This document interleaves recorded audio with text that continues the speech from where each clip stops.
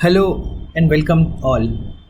In this video, I am going to talk with you about a simple yet very important topic called as time management.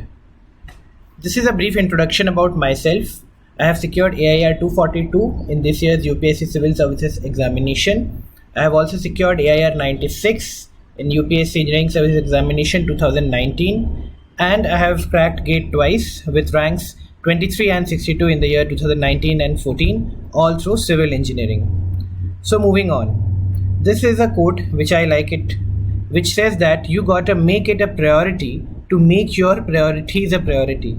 It simply means that you need to prioritize your daily schedule, your activities. Friends, we all have got a limited time that is called 24 hours in our daily schedule. Whether you are a working professional or you are a student, you have all got the same time. So how to utilize it to the maximum? First, I will discuss certain points which are common to both, and I will try to share some examples from how I did it while I was working full time. And then I will move on to certain tips which will be helpful for the working professional and for the students who are preparing full time. Moving on. If you see, we can classify this is the type of the aspirants. Like you can be a working aspirant or you can be doing a full-time preparation. Even if you're a working aspirant, there are two types of categories in which you may fall. Some of you may be working part-time or working from home. Hence, you may be able to devote some more time rather compared to the other aspirants. There are some aspirants who may be working full-time. Hence, they have very little time left for themselves. Moving on, there are certain aspirants who may be full-time preparing. Either you may be preparing from your hometown through some online courses or totally your own self-preparation, or you may be living in some metro city like Delhi or maybe Chennai or maybe Mumbai or any other big city, and you may be engaged or enrolled in a coaching. So now I will discuss certain common SOPs or standing operating procedures which is common and beneficial to all aspirants. First things first. Before you even talk about time management, you should keep a printout of the syllabus. That should always be in front of you. It should be in your mobile, like if you're a working professional, you travel a lot, it should be always in your mobile. Or if you are a student, it should be always in front of your study table. And if you are in your office, you can try to affix it in your office desk. But remember to keep it a secret, top secret. Okay, second thing, you have to finalize your sources.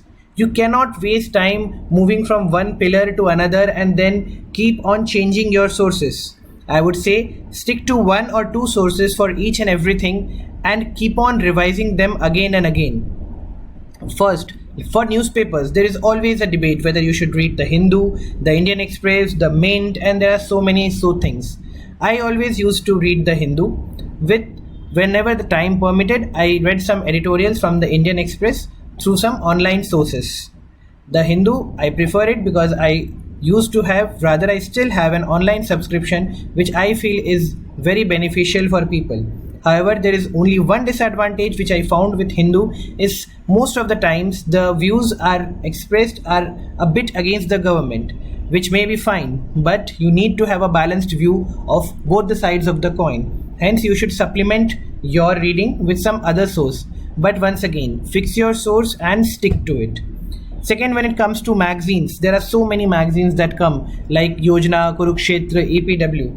You have to read them selectively, especially if you are a working professional. I would rather rely on the summaries rather than reading each and every page and each and every topic again and again. The third point is the book list. Now, we will have a separate video on this, what book list I followed or most of the toppers follow. But I assume that all of you may be totally competent in it, that what are the books to be followed. Do not skip the basic NCRTs or the basic books. Do not run after too many coaching sources or too many printed materials which may seem lucrative, but at the end it would waste your time, as you may not be able to revise so many things in the end before your prelims or your mains examination. There are certain other sources which I and most of the others follow, like PIB, AIR, that is the All India Radio Summaries, and so on. Now, whatever be your sources, you should develop a timeline based on whatever you found useful and stick to them. Now, there's a third point. You need to make a realistic plan. You should have a plan of your next year, like the next prelims is going to happen somewhere around May 2024. So if you are going to appear in the next attempt, you should have a realistic view of what I am going to do in an entire year. Then you should have a monthly view, like the first 3 months or 6 months I may be devoting for my optional and mains preparation, and the last 3 to 4 months I will be focused wholly on the prelims preparation. This is just an example. It will differ from person to person based upon your preparation level and based upon the efforts that you are willing or you may be able to put into your preparation. The most important is breaking them down into weekly targets and further daily goals. Whenever you go to sleep at night, you should be able to correlate with whatever the goals you have set in your morning period and whatever the goals you have been able to achieve. In the first, you may not be able to achieve everything. Like, you may have put in a target that today I will read one chapter of class 11th NCERT, Polity. And in the end, you may not be able to finish it up. Now you have to do an introspection that where did I go wrong? And accordingly, the point 4 comes that you have to keep on revising your plan. I'm not talking about the sources, I'm talking about the time allocation. If you find that you are unable to complete your plans, which means that you have to be more realistic. Maybe your reading speed is slow, you have to improve it. Maybe you are trying to put in too much efforts into one single thing in a single day. Remember, your approach and your speed should be such that you shall be able to complete the syllabus once properly and you shall be able to revise it multiple times through your own notes. Now these are the certain common points which I wanted to discuss. Now I will try to focus more specifically on the people who are working. The first and foremost thing, as I already said, there are only 24 hours available with you. So you have to squeeze time. Morning time is the best time, as we all know. Yes, you may argue that, sir, we may like to read in the night time, or our schedule is like that. No issue, I will come to that too. But if you're a normal 9 to 5 working professional, then I will say squeeze time in the morning. Try to wake up early and try to schedule certain time in 5 to 7 a.m. After that, you can go for a light jog or exercise. Why I am saying this? Your mind is very active and it has been proved by a lot of studies that in this particular period of time, which many of us known as the Brahma Muhurat, which is actually before this 5 a.m. time, our mind becomes very active. In this time period, I will suggest that you try to read certain new things because your mind is at a full capability to absorb all the new topics. But whatever happens, try to do some reading in the morning. It will benefit you a lot. And again, this is not for one day. You have to follow it each and every day. You may be differing in your sources. You may be differing in your subjects. Like for example, what I used to do.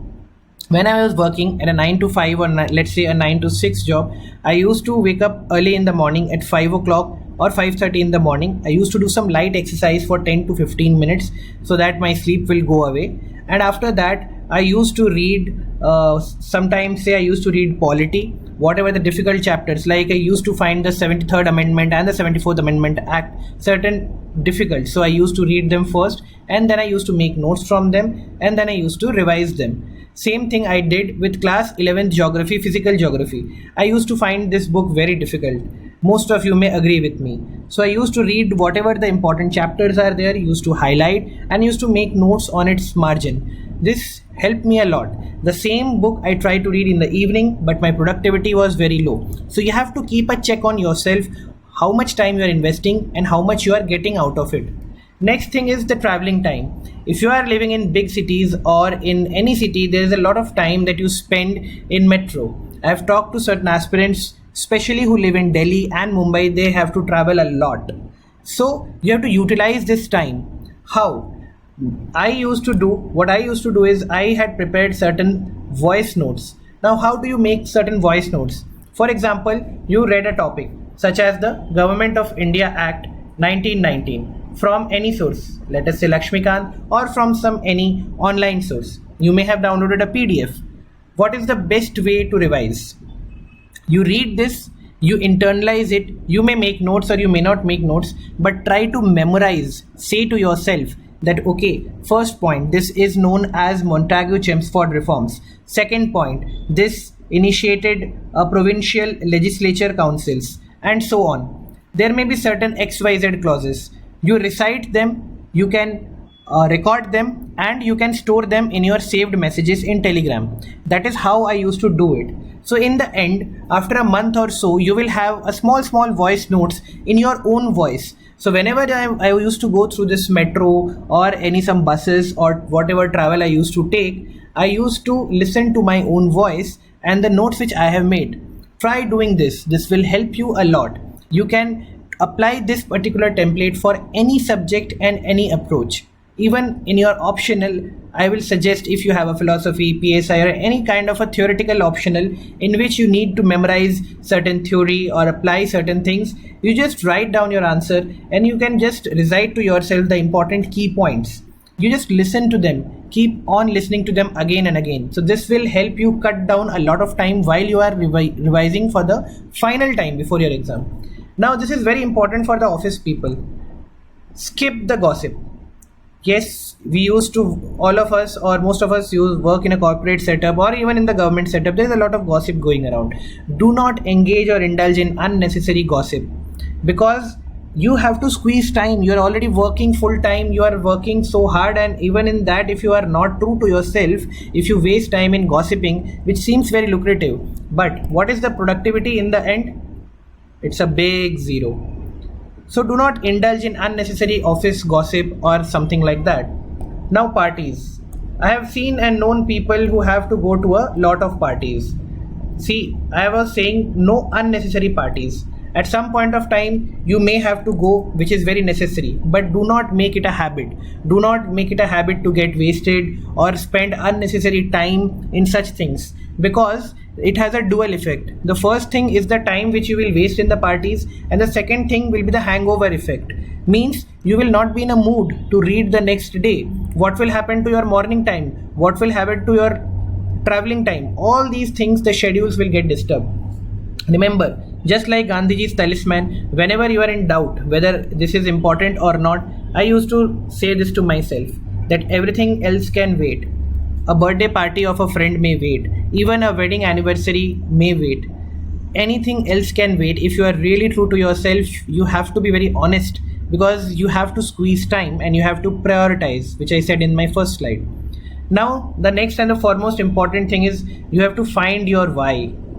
Why do you really want to give UPSC civil services? Is it just for the charm of some good houses, the powers and perks and the facilities? I'm not saying it is wrong. It may be one of your findings or your true calling, but you need to be honest with yourself, that why you really want to toil hard. If you do not find your why, you will not be able to sustain your struggle for a long time. Trust me, I was very clear with why I want to go to the civil services. So that is why I was able to sustain for a long period of time.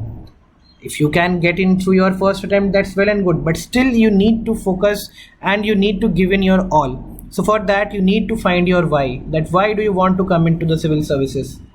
Next, you should keep a low profile. Like if you are preparing, I would suggest do not make it a habit of telling it to each and every person. You may give it, like you may discuss that yes, I am preparing, but not with everyone, especially not with your office colleagues, because then it will create a lot of hindrances in your job. You may be mocked and even ridiculed, and there may be certain things which may happen which are not in your control. So try to prepare in a stealth mode and try not to discuss much things about your preparation, especially inside your office. Regarding social media, some people used to ask, sir, whether we should cut off from social media. I will say again, it depends on a person to person. Some kind of social media will always be helpful for you, because it may help you to read certain books or connect with people, long lost friends, but do not overdo it. Do not become an addict of social media and endlessly scrolling through it, especially the Instagram or the YouTube shorts. Do not make it a habit. Remember, you have a very less time. Do not waste it on these things. Then, as important as it is to work hard, equally important is to relax. Whenever you have got weekends or a certain time, you need to give yourself a certain you time. Even if you are married, you have to find some time for yourself. Whatever, you may try to do some hobby, some passion, whatever you like, but you have to give yourself some time to relax so that you can rejuvenate yourself and get back to studies in a more vigorous way. There should be a plan B, I would say rather a plan C also. You have to focus on your skill building. Remember, UPSC is just an examination, it is not an entire lifetime. So you need to be prepared with your plan B. Do not, and I repeat, do not start preparing for UPSC just because you are fed up with your job. Trust me, it will get you nowhere. You will start your preparation and in the middle you will again leave it, and then you will be more frustrated because you are already frustrated with your job and you are again frustrated that you started something and you are not able to do. I say this thing again and again to all the people. Result is never in our hands. What is in our hands is to give our best. So I would like all of you to give your best efforts. And remember one thing. You may lie to your friend, your spouse, your parents and everyone. But you can never lie to yourself. You are very aware of how much efforts you have put in, how much more you could have done. So I do not want any of you to go sit into the exam and make it an excuse that I could have studied a bit more, I could have pushed a bit more. Who is stopping you? Nobody is stopping you. You yourself are stopping you. So you should focus on your UPSC preparation. Along with it, focus on your skill development. Whatever field you are in, like let's say I am a civil engineer, so I would focus on my skill development too. I should learn about the basic softwares also. Why I am saying this? Because it should not be the case that you have given all your energy to UPSC preparation and in the end you do not have anything else to show. Even if you go to the interview, you shall have something which makes you a unique candidate, something different from others. You do not need to devote your all the time in it, but you need to learn certain softwares, maybe certain video editing softwares or something. This will not only help you, this will give you a sense of security, this will give you a sense of backup. And on a serious note, you should have other plans also. Like if I am not able to clear this exam, whether I will continue with this job, whether I will take some other route like maybe management examinations or some other state level examinations, I don't know. But you should have your plans and you should have some clarity on what I am going to do if I do not pass this examination. This is the golden metric which I used to follow. You have to give minimum 3 to 4 hours. Ideally in the morning I used to give 1 to 2 hours and in the evening 1 to 2 hours. So you can split your time in newspaper, optional, GS, answer writing and so on. Another more important thing is you have to find a group of similar people who are just like you. Like if you are a working professional, I have seen that the most problem or challenge, the biggest challenge that you will face is to keep yourself motivated.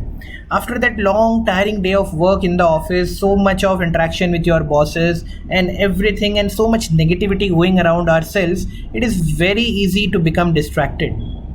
It is very easy to become distracted and it is very difficult to study after you come home from your office.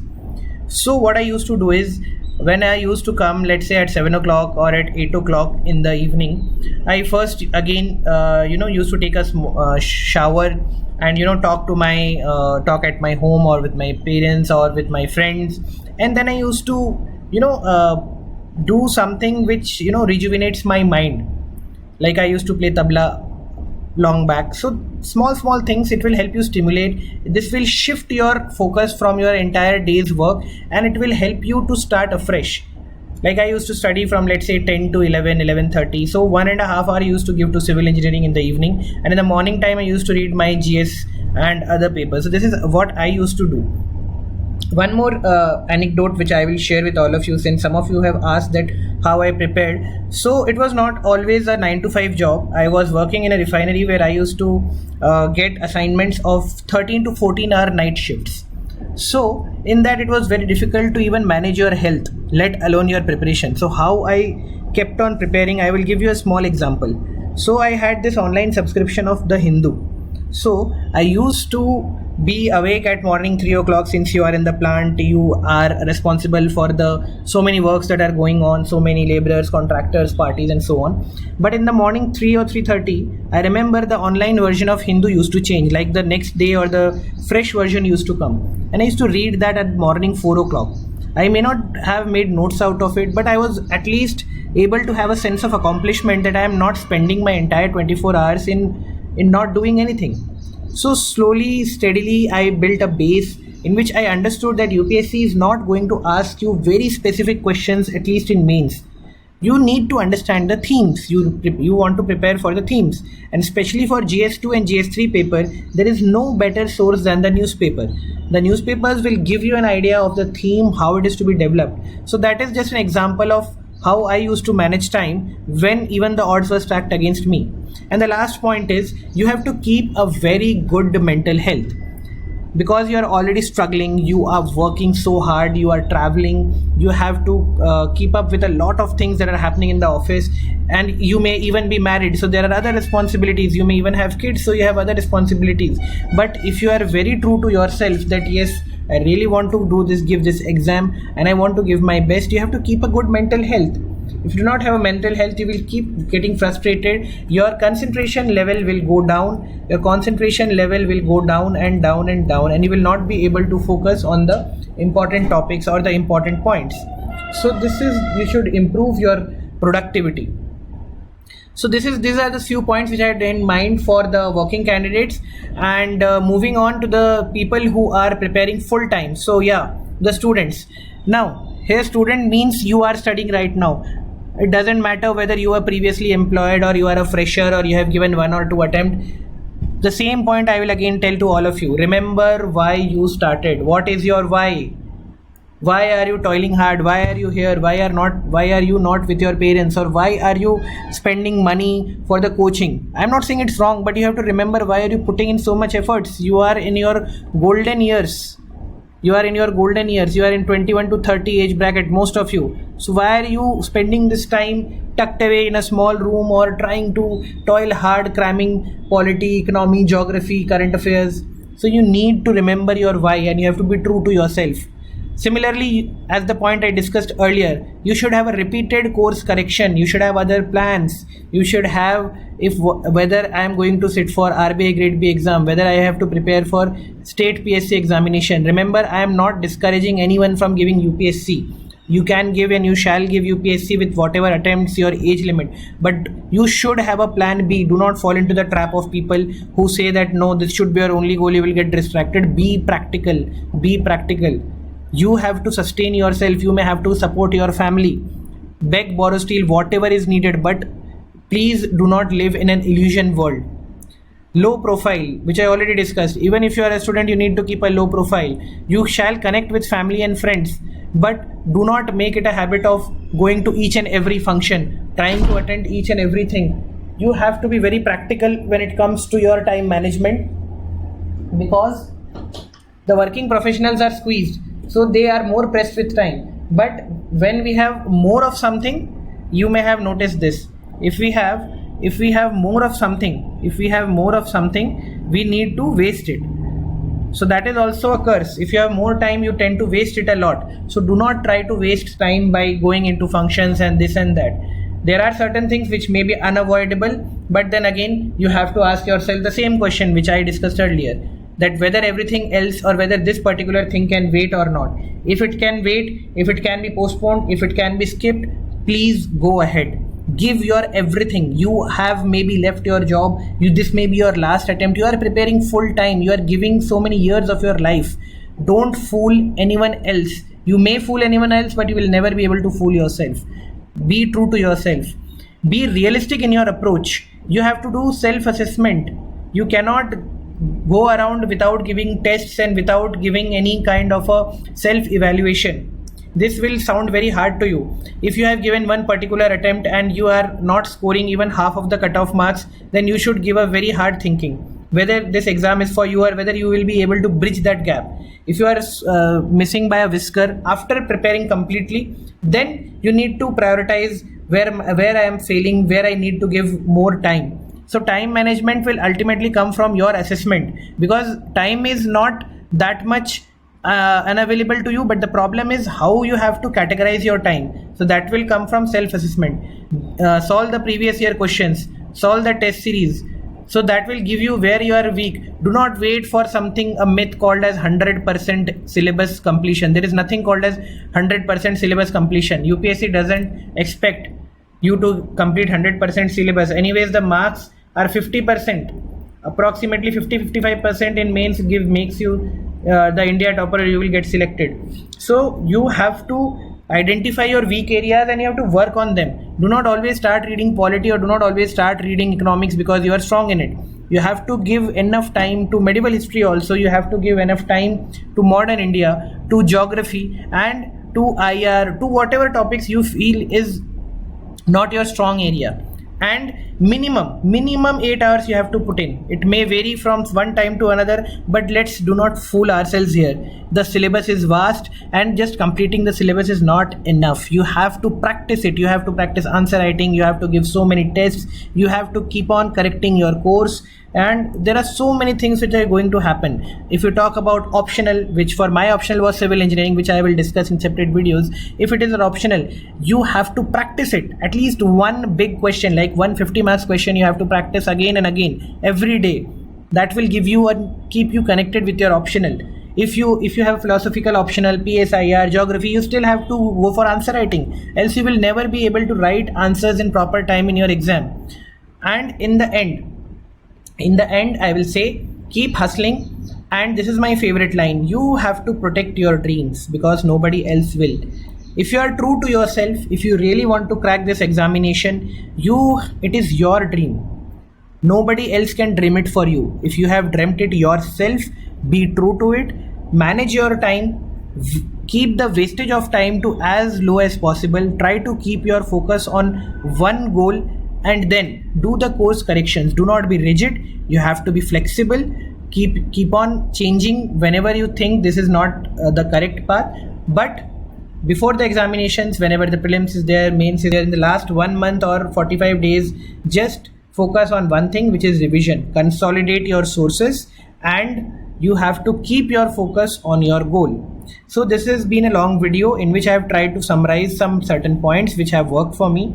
Apart from this, if you have any specific queries, you can reach out in the comment section. And yes, kindly like, share and subscribe this video so I can come out with more such videos for you. Thank you.